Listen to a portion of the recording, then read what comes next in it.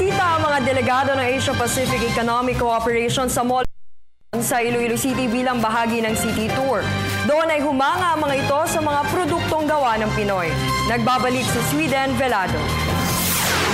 Upang maipakita sa mga delegado ng APEC 2015 ang mga natatangi at dekalidad ng mga produkto ng mga Ilonggo, binisita nila ang Molo Mansion bilang bahagi na rin ng inihandang city tour para sa kanila. Sa Molo Mansion makikita ang iba't ibang exhibits kung saan tampok ang mga alahas na gawa sa beads at kahoy at mayroon ding mga perlas.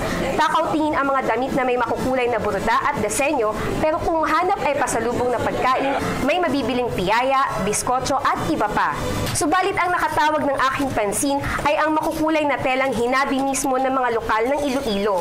Si Aling Virginia, naabutan kong naghahabi ng telang tinatawag na hablon sa labas ng Molo Mansion. Aniya, ang mga produktong kanyang nagagawa ay madalas na sa trade fairs at tuwing may pakyawang gawa, ang kinikita niya sa isang linggo ay 1,000 piso.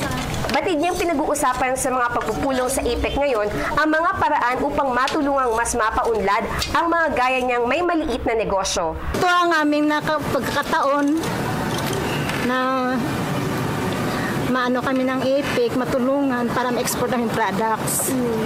At saka ma-patronize din ang amin mga gawa dito na tawag na hablon. Ipinakita naman sa akin ng mga delegado mula Singapore ang mga lokal na produktong kanilang napamili. A handmade shawl for my wife to support the women of Iloilo. I think it's very good to support the local enterprise entrepreneur. And I think this is a really wonderful handicraft for Iloilo. So we're going to bring this home to Singapore. I bought it because I think the handicraft, the intricate artwork is I think it would be really unique if you could sell it overseas. Tunay ngang basta gawang Pinoy, tatak world class. Para sa Telebisyon ng Bayan, ako si Sweden Velado.